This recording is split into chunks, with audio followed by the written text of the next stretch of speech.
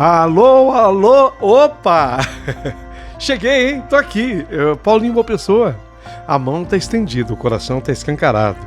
Você sabe que você pode me chamar de amigo, né? Somos amigos do rádio de tanto tempo, de tantos anos. E agora que legal, hein? Estamos juntinhos também no YouTube. Puxa, eu tô tão contente com essa nossa amizade aqui no YouTube. E aqui há, sim, ferramentas ainda muito interessantes, né, de proximidade. Por exemplo, eu estou convidando você para ser membro do nosso canal. Puxa, seria tão bacana. Entra para a nossa família. É uma proximidade muito grande. Você se torna uma fã, você colabora com o canal, contribui para o crescimento do canal. Obviamente que se você puder. É coisa de pouco mais de R$7, dependendo o nível que você escolhe como membro, tá? Entra, seja membro, por favor. Aí você ajuda uma equipe a ficar mais feliz ainda. Se não puder, a amizade é a mesma. Aí você pode se inscrever aqui no canal.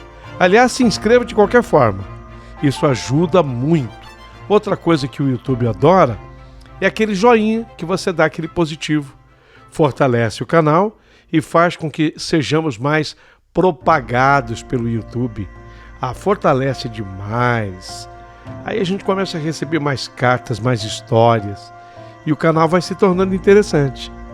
Por falar em interessante, Santo Deus do Universo, Iris Pimentel, Iris, que história sua, Iris.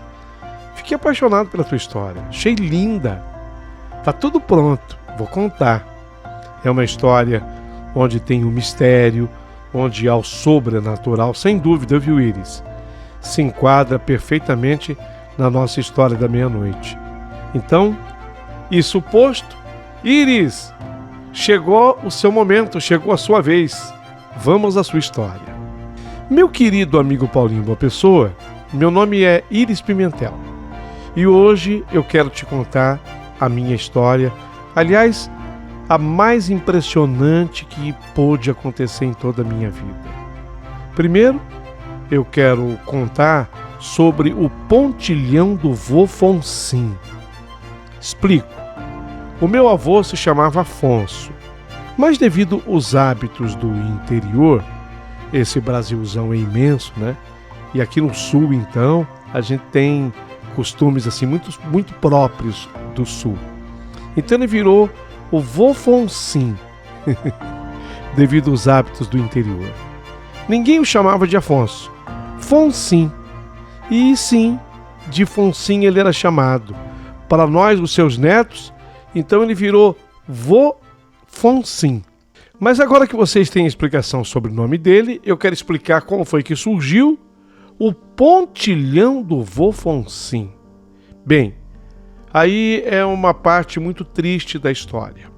Foi assim: havia uma estrada de terra e naquela época ainda era projeto essa estrada para que ela se tornasse uma rodovia. Depois até se transformou mesmo numa rodovia. E sobre essa estrada passava por cima a linha do trem.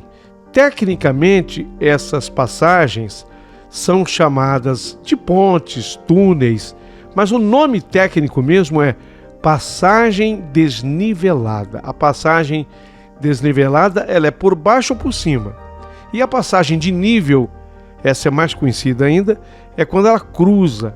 É quando a linha férrea cruza uma estrada de rodagem de automóveis. O que ocorre é que havia um limite de altura para a passagem de veículos pela estrada, porque acima estava a linha férrea. E vale frisar que a altura dessa passagem desnivelada era totalmente fora dos padrões de hoje em dia, por exemplo. Ou seja, não era uma altura assim boa, sabe? E foi exatamente por isso que houve essa grande tragédia. O vô Fonsim estava construindo uma das casas para um dos filhos e ele foi com um caminhão 3/4 do seu Alípio buscar tijolos baianos. Na volta, Uma senhora da olaria, onde eles foram comprar os tijolos, ela estava sentindo as dores do parto, pronta assim para ganhar nenê. O marido dessa senhora pediu para o seu Alípio: ô, seu Alípio, por favor, dá uma carona para minha mulher, leva minha mulher até a maternidade, ela está para ganhar nenê, está sofrendo demais. É ela com a minha sogra, a mãe dela. Por favor, seu Alípio. Só que o caminhão do seu Alípio já estava carregado com os tijolos baianos. A única alternativa era colocar a mulher na cabine com a mãe, né, que acompanhava a mulher. E o meu avô Fonsim, ele iria em cima da carga de tijolos. Só que havia um detalhe que todo mundo tinha se esquecido.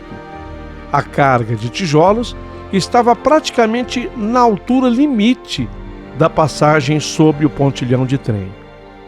E foi aí, e devido a isso, que tudo aconteceu. A mulher grávida, ela vinha chorando, gritando com as suas dores e distraiu o senhor Alípio ali na direção. Seu Alípio, ao volante, ficou assim perturbado, a mulher chorando, gritando, ai, ai, com aquelas dores, junto com a mãe, né, ali na frente da cabine, a cabine já apertada, caminhão 3/4. O seu Alípio acabou muito envolvido. E quando ele foi passar debaixo do pontilhão e debaixo da linha férrea, o seu Alípio se esqueceu completamente do meu avô.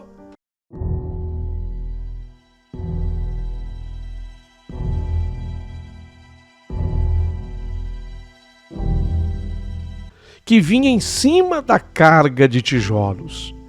E o resultado foi muito triste, foi muito trágico. O meu avô, ele bateu num trilho de aço que fazia parte da estrutura do pontilhão e bateu ali com a cabeça. Meu avô caiu de cima da carga. Imaginem vocês, foi uma batida violentíssima. E o pior, com os gritos da senhora parturiente, o seu Alípio não viu o que se passara, porque ali naquele pontilhão era um túnel escuro, era muito estreito e escuro, e ele, totalmente envolvido pelos gritos da parturiente, ele não observou o que tinha acontecido com o meu avô, e ele foi embora. O meu avô ficou agonizando no chão até a morte. Só quando o seu Alípio parou o caminhãozinho lá na Santa Casa, foi que o seu Alípio se lembrou do meu avô. E quando foi chamá-lo, cadê o meu avô? Ele não encontrou mais. Cadê o meu avô? Ele acreditou, num primeiro momento, que o vovô tivesse descido para ajudar a senhora parturiente, que o vovô tivesse entrado na Santa Casa. E resultado, a senhora parturiente, ela foi socorrida pelo pessoal da Santa Casa de Misericórdia, foi conduzida à sala de partos, teve lá o seu nenê, que realmente estava por nascer, e o meu avô estava desaparecido. Cadê o meu avô Fonsim? Foi quando o seu Alípio lembrou do pontilhão.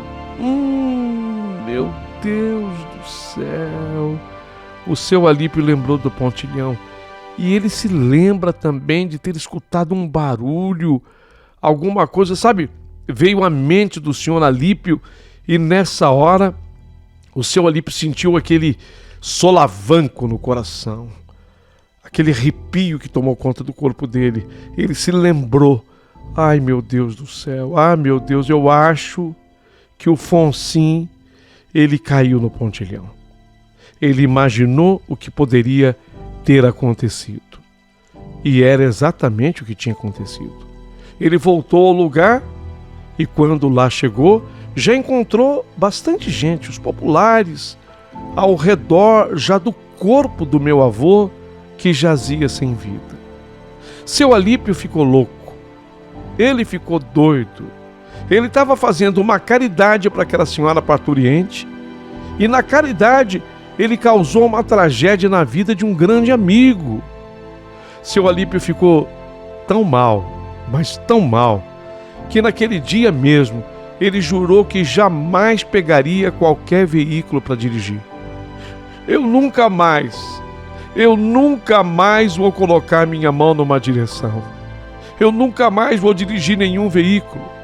Mas ele disse isso com tanta firmeza e com tanta convicção que de verdade ele jamais o fez realmente. Seu Alípio, ele abandonou o volante. Ele foi trabalhar com outras coisas na vida, mas dirigir para ele nunca mais. Sem contar que o seu Alípio foi processado pela justiça, foi obrigado a responder ao crime de homicídio culposo. Homicídio culposo é aquele que a pessoa ela provoca a morte, mas sem o dolo, sem a intenção. Culpa, ok, o próprio crime prevê isso, mas não tinha o dolo, não havia intenção.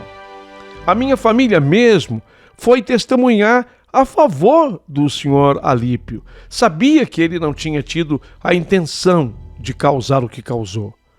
Mas, infelizmente, teve aquela burocracia toda, o processo, tudo muito triste. O lado positivo, porque em tudo o que acontece na vida, tem um lado assim que a gente chama de, pelo menos isso se salvou. A senhora parturiente, que ganhou um menino naquele dia, diante de tudo o que aconteceu, ela deu ao seu filho o mesmo nome do meu avô. Então o menino que nasceu naquele dia recebeu o nome de Afonso. E o menino acabou também sendo chamado de Fonsim. Todo Afonso virava Fonsim. Esse menino, ele regulava mais ou menos a idade comigo, porque quando ele nasceu, eu tinha apenas 1 ano de idade. Então eu não cheguei a conhecer o vô Fonsim. Eu mesma fui uma das netas que não chegou a chamá-lo de vô Fonsim, porque eu tinha só 1 aninho quando esse fato tristíssimo veio acontecer. Com esse fato, agora vocês também sabem o porquê que aquele pontilhão ali era chamado de pontilhão do vô Fonsim, sabe? Ficou assim, para todo mundo ali da cidade, virou uma referência. Você passando o pontilhão do vô Fonsim, e é exatamente ali perto. E foi assim que o tempo passou.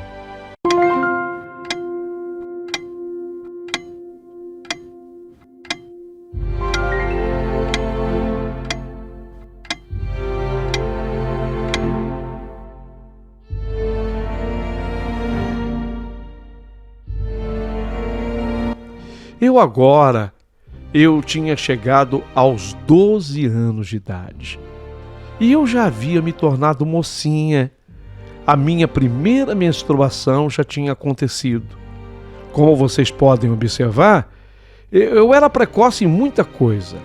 Já com a idade de 12 anos, eu tinha assim, os meus peitinhos, os meus seios já desenvolvidos. Não eram normais, grandes, mas eu já era obrigado a usar assim o sutiã, eu já tinha um corpo bem delineado, formado, as coxas roliças, os quadris avantajados. Eu já chamava a atenção, sabe? Embora eu fosse apenas uma garotinha, uma menina de 12 anos, mas eu já chamava a atenção. Eu era uma guria completa, tchê. Eu era uma menina mesmo. Eu brincava ainda com as minhas bonecas. Eu era muito infantil. Eu amava brincar com as minhas amigas e primas mais novas do que eu. A minha brincadeira predileta era o passeio de bicicleta na pracinha. Essa pracinha ficava pertinho da minha casa. E para não fugir à regra do meu comportamento e da minha infantilidade, naquelas férias de julho, eu saí com a Débora, a minha priminha de 11 anos. Eu tinha 12. A Débora tinha 11 e a Lilian era uma amiguinha de 10 anos. Saímos às 3 de bicicleta rumo à pracinha. Às 3.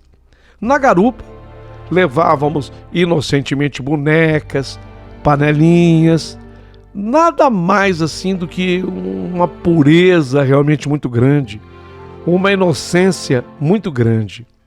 3 meninas, 3 crianças. A minha bicicleta era a maior. Era assim uma bicicleta maior, sabe? A gente chamava de monareta. Era uma bicicleta de adultos já a minha. Adultos já podiam usar. As outras eram bikes menores. Íamos às 3 rumo à pracinha. A alegria estampada na cara de cada uma e loucas para chegarmos ao centro da pracinha, que era justamente onde nós gostávamos de brincar. A nossa felicidade sempre contagiante, como acontecia em todas as saídas, para nós explorarmos os entornos ali das nossas casas, das nossas residências. Éramos crianças felizes, sadias, educadas, estudiosas, boas meninas. Naquelas férias de julho, e eu me lembro que esse dia era um sábado, tá? Além de ser férias, era um sábado também. Então, a gente tinha o direito de andar de bicicleta. A cidade era pequena, havia aquela tranquilidade ainda. Como eu era assim a mais velha, eu tinha 12 anos, imagine. Eu era a mais velha. Como eu tinha 12 anos, eu tinha a incumbência de não permitir passeios além do centro da pracinha.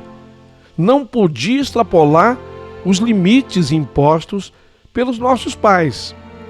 Devia ser mais ou menos, naquele sábado, umas 9h30 da manhã, quando nós saímos às 3, todas tagarelas, todas sorridentes, ganhamos a rua.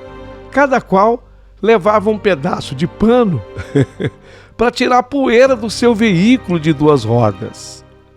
Aquelas bicicletas nós havíamos ganhado no último Natal, portanto eram novas, né? Eram bikes de 6 meses. Era julho, né? Era mais ou menos isso. 7 meses. Sempre aquelas bicicletas ficavam bem reluzentes. Nós limpávamos os pneus, né? Lavávamos, né? Os pneus, os aros.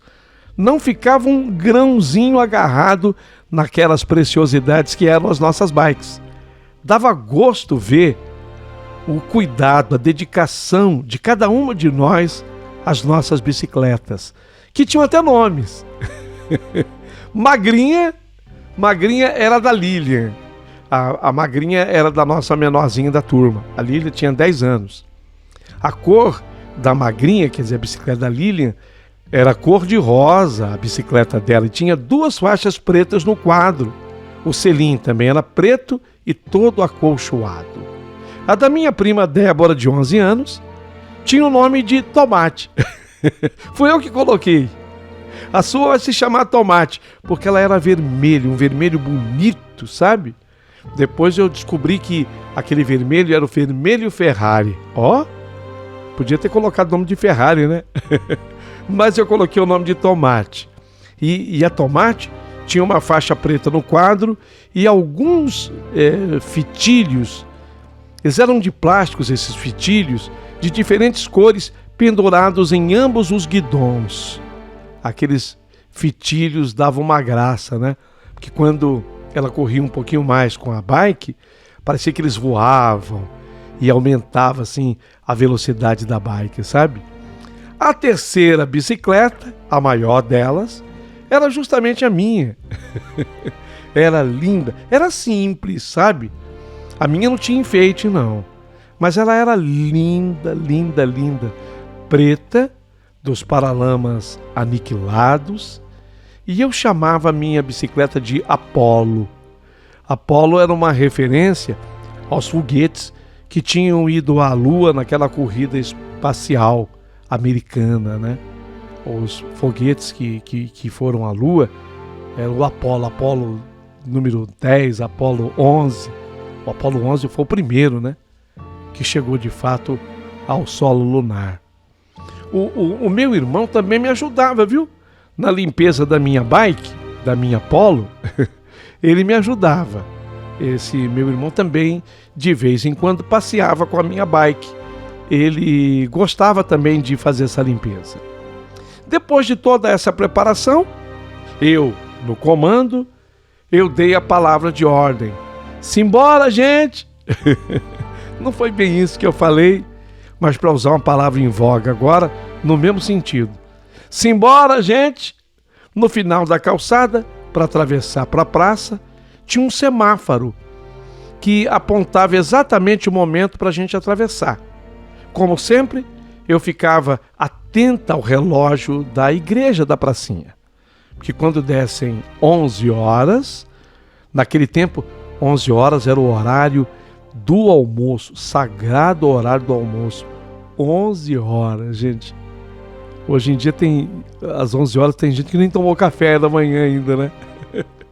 Mas na nossa cidade, na nossa terra, às 11 horas era o horário do almoço. Então eu ficava atenta, porque 11 horas eu tinha que voltar com as meninas para casa. Ou do contrário, o pai iria chamar, e isso não era bom. Era melhor, portanto, eu ficar bem ligada. Já na calçada, ali no semáforo, prontas que estávamos para atravessar, eis que a corrente da bicicleta da Lilian escapou. A corrente da bicicleta. Tá, se fosse para usar uma palavra mais incrementada, engrenagem dentada. Eu fui procurar no YouTube e encontrei engrenagem dentada. Conhecida por corrente. A corrente da bicicleta da Lilian se soltou. Naquele momento, passava um rapaz que, à época, eu considerei que ele tivesse, assim, uns 18 anos, tá? Eu considerei. Uns 18, 19 anos. Aquele rapaz parou para ajudar. Nossa, como aquele rapaz foi bonzinho, ele foi gentil. Sabe, não havia nada demais a nossa cidade pacata, pequena. Tudo bem aceitar aquela ajuda. O moço foi tão paciente. Ele foi mexendo na catraca da bicicleta da Lilian. Ele conseguiu repor a corrente pela catraca. Depois ele colocou na catraca maior dos pedais. Pronto. Ele conseguiu repor a corrente no seu devido lugar. E ele se apresentou nessa hora com toda a sua gentileza. Eu via que de vez em quando ele esticava assim os olhos. Para mim, eu estava de short, 12 anos. Eu já falei que o meu corpo chamava assim atenção, né? Apesar dos meus 12 anos. De vez em quando eu sentia o olhar dele esticando assim para as minhas pernas, para o meu short, para mim. Mas eu totalmente inocente. E ele se apresentou para nos ajudar. Ah, vocês vão até a pracinha? Ah, eu vou levar vocês lá. Na boa, eu vou levar vocês numa boa lá. E aí não éramos mais 3. Nós éramos agora 4. As 3 meninas e esse rapaz que veio conversando comigo, conversando com a Lilian, conversando com a minha prima Débora. E chegamos ao centro da pracinha, que era o nosso ponto de partida. Eu não sei o que deu na minha cabeça, que eu quis ser a primeira a sair pedalando. Eu não sei se houve a intenção, eu creio que sim, de eu fazer bonito pro rapaz, sabe? Eu não sei se eu tinha visto alguma coisa naquele rapaz, eu não sei de que forma eu tentei, pensei em fazer isso e fiz. Queria fazer bonito para aquele moço. E aí tinha eu saí pedalando forte com a minha bike, assim, tinha uma curva pertinho da igreja, e eu fui fazer aquela curva e a minha bike derrapou, eu me desequilibrei e eu caí. Nossa, e no que eu caí eu ralei assim o joelho. Lógico, você rala o joelho começa a sangrar, né? Começou a sangrar, o rapaz ele correu lá para me ajudar. E eu com vergonha, eu não queria assim a ajuda dele. O que foi que aconteceu? Você se feriu? Você se machucou? Eu com o joelho sangrando, tinha ralado o joelho. Não, eu falava, não foi nada, mas com a voz meio chorosa, sabe? Imaginem vocês, uma menina de 12 anos que sofreu uma queda da bike, assim, envergonhada. Ai, eu fazia um ai e segurava esse ai de vergonha do rapaz. Ai, não foi nada. Ai, não foi nada. Então esse rapaz gentil, ele falou para mim: senta aqui na garupa da sua bike, eu vou levar você onde estão as outras meninas. Eu estava assim, distante, uns 100 metros. Estava 100 metros distante da Lilian e da Débora, que ficaram espantadas olhando a minha queda. O rapaz foi lá me acudir. Senta aqui na garupa, eu te levo até lá. Estava doendo, meu joelho estava doendo, caiu, eu raspei, estava sangrando. Eu aceitei e me sentei na garupa. Em seguida, esse rapaz saiu pedalando, só que ele pegou assim a parte de descida, porque a pracinha, ela era plana até um determinado ponto, e quando você passava daquele ponto tinha uma descida. Ele veio pedalando e eu vi que ele estava numa velocidade forte, ele começou a pedalar forte, e de repente ele chegou naquela parte que havia descida, e ali ele pedalou mais ainda. Eu comecei a ficar assustada. Eu estava sentada atrás na garupa, eu comecei a ficar assustada e eu falei para ele: mas aonde você está indo? Ele falou: calma, já vou te levar lá. E ele foi pedalando mais, e do jeito que ele veio pedalando, sem olhar se vinha carro ou não, ele ganhou a rua.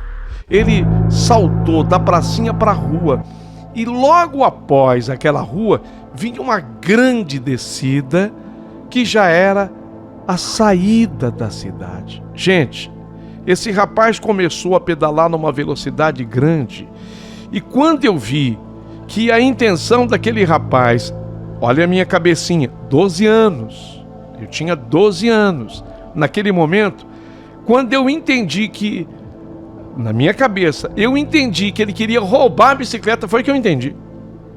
Eu entendi que ele queria roubar a bicicleta, comecei a gritar: ei, para, não leva a minha bicicleta. Eu comecei a gritar, e pessoas que cruzavam, às vezes naquela velocidade, gritavam com ele o que estava acontecendo, e ele dizia: é minha filha, me desobedeceu. Ele gritava que eu era filha dele. Portanto, ele não tinha aqueles 19 anos imaginados por mim. Ele devia ser mais velho. E ele gritava: é minha filha, me desobedeceu, por isso é que eu estou fazendo assim. E ele corria com a bicicleta, e eu gritando. Eu só sei dizer que esse rapaz pegou uma velocidade incrível com a minha bike. Eu gritava para que ele parasse, mas ele não parava. As pessoas pediam para ele parar, ele gritava: é minha filha, ela tem que aprender a lição. Eu não sou filha dele, eu gritava, eu não sou filha dele. Ela é sim, vai ter que aprender a lição. E ele pedalava. Mas observem, até aí eu estou acreditando que ele queria roubar a minha bike, a minha bicicleta. Assim que ele se aproveita da velocidade empreendida por aquela íngreme descida, e na virada do trevo, ele pega a estrada de terra, e na sequência ele passa debaixo do pontilhão do Vofonsim. O pontilhão, ele tem uma extensão assim máxima de 10 metros, até menos que isso. E em seguida, quando ele passou o pontilhão, ele sai da estrada, entrando à sua esquerda numa ribanceira. Aí eu estava querendo entender que ele não queria nada com a bike. Sabe por quê? Porque ele deixou a bike caída e ele me agarrou pela cintura agora. E ele começou a me puxar para descer aquela ribanceira. Eu me debatendo, eu gritando: não faz isso, eu me debatendo. E ele me agarrou assim pela cintura e vai me arrastando, descendo a ribanceira. E aí, dali pra frente, era só mato. E eu gritando e esperneando. Apesar de toda a minha ingenuidade, eu agora sabia que aquele sujeito, ele não queria a bike, e sim, ele queria a mim. E, meu Deus, o que ele quer fazer? Eu ainda não tinha entendido, mas o que ele faria de mim, o que ele faria comigo? Só Deus é que sabe. Mas olha, quem é que eu vejo nessa hora?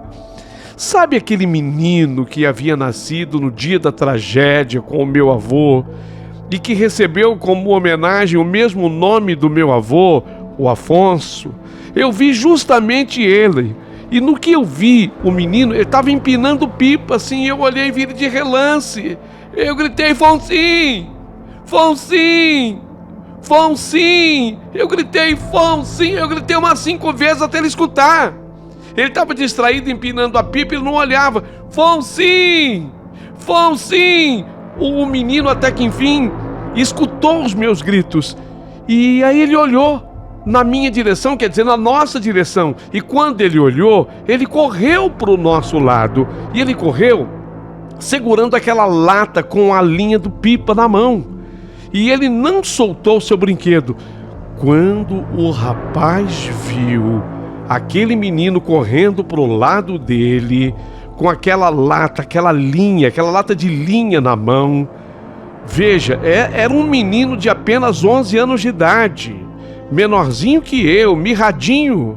Mas quando o rapaz, aquele monstro que estava comigo, ele viu o menino, ele parou na hora e me soltou. E começou a olhar para o garoto e gritou, o rapaz gritou, não faz isso comigo, não atire, por favor, não atire, não me mate, eu já soltei ela, eu já soltei, ela tá livre, eu não vou fazer absolutamente nada com ela, por favor, não me mate, não me atire, por favor. E foi a vez do menino, o Fonsim, falar, só que ele não falou com a voz natural dele, não. Saiu uma voz grave, uma voz assim de homem. Então, seu desgraçado, larga ela agora e sai, foge, senão eu vou acabar com a sua vida. Vai, larga ela e foge. Mas repito, não era a voz do menino, era a voz de um homem. O rapaz, ainda muito assustado, ele seguiu correndo ribanceira abaixo. E o menino Fonsim, ele veio ao meu encontro. Nós nos conhecíamos devido a tudo que havia acontecido no passado. Ele me segurou pela mão e foi nessa hora que ele me puxou para que nós saíssemos dali.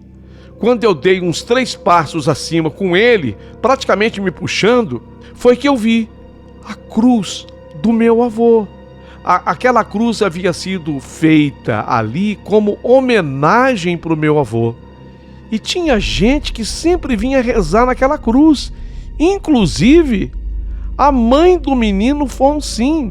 Ela vinha rezar ali para agradecer ao meu avô pela ajuda dada naquele dia, quando do seu parto do Fonsim. Porque foi fundamental a ajuda. Mais uns minutos e ela teria morrido ou teria perdido o bebê. Era o que o pessoal comentava. Quando eu olhei e vi a cruz, eu e o Fonsim vimos que um pássaro grande, ele veio assim e pousou sobre a cruz. E o pássaro parece que deu um grunhido. O menino Fonsim falou que era um gavião. O pássaro ficou ali, sabe? E eu e o Fonsim, a gente continuou subindo até encontrarmos a minha bike caída e toda suja de terra. Ainda dentro da minha inocência, eu peguei assim a bike e falei pro Fonsim, pro menino: Fonsim, você acredita que ele queria roubar a minha bike, Fonsim? E ele, tão ou mais inocente que eu, ele teve na hora uma lucidez incrível e falou: mas não sei não, eu acho que ele queria matar você.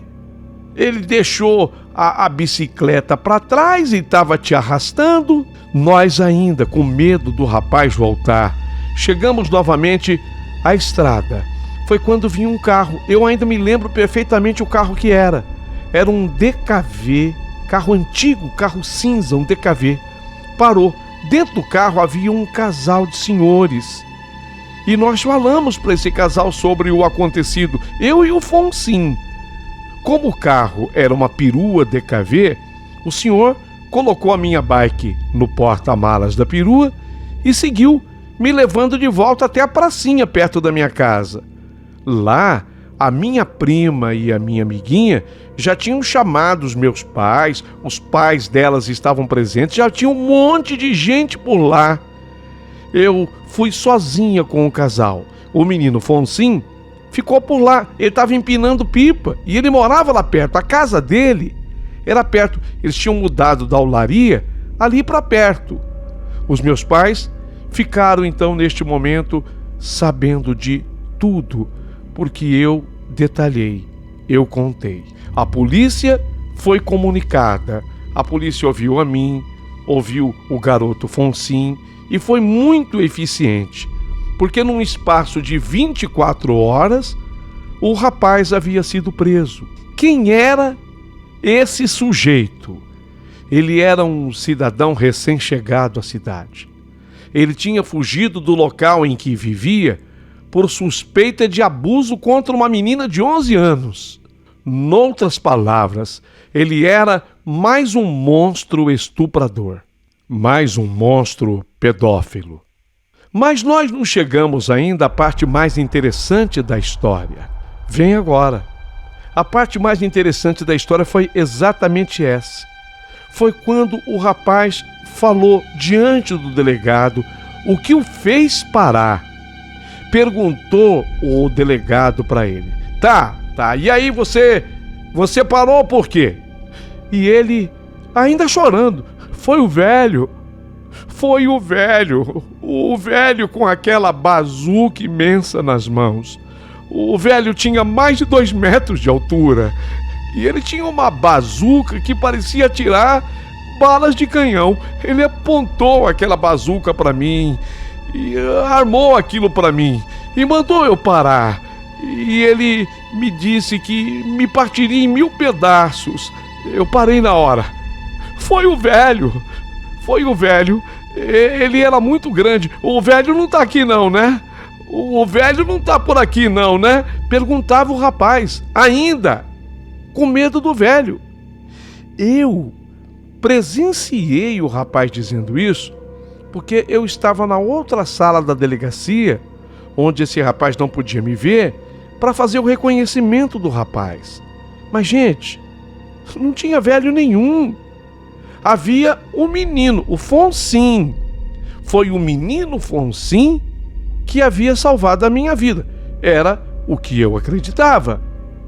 Mas ficava a pergunta: como é que ele tinha visto um velho? Que velho era esse que o estuprador havia visto?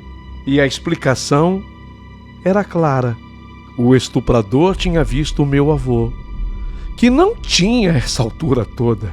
Eu não conhecia o meu avô, mas a minha mãe e meu pai me falam, o meu avô tinha o quê? 1,68 m de altura.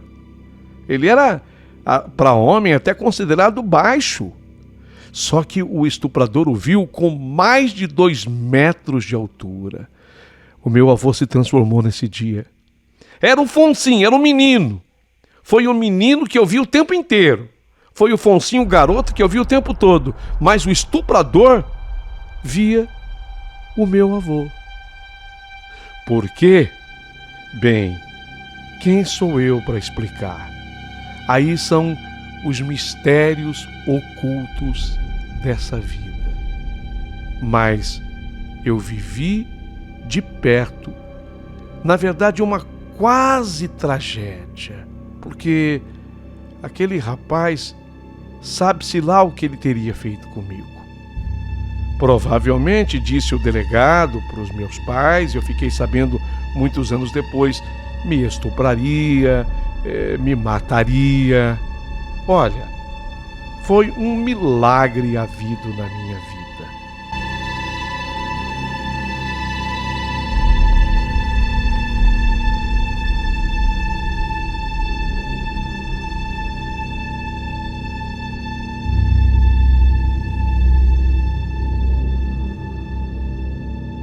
Mas a coisa mais importante é mostrar as conjecturas, é mostrar a costura desse destino. Meu avô, que vai à olaria comprar os tijolos, lá o motorista do caminhão, seu Alípio, socorre aquela senhora, junto com meu avô, aquela senhora parturiente, que vem com a mãe. Devido àquela carona, meu avô sofre o acidente naquele pontilhão, acaba caindo, morreu. Como homenagem, a parturiente colocou o nome do garoto de Afonso, o mesmo nome do meu avô, sem jamais imaginar que um dia ele salvaria a minha vida. Gente, não é impressionante? Ficarei aguardando os comentários de vocês a partir de agora, abaixo do vídeo.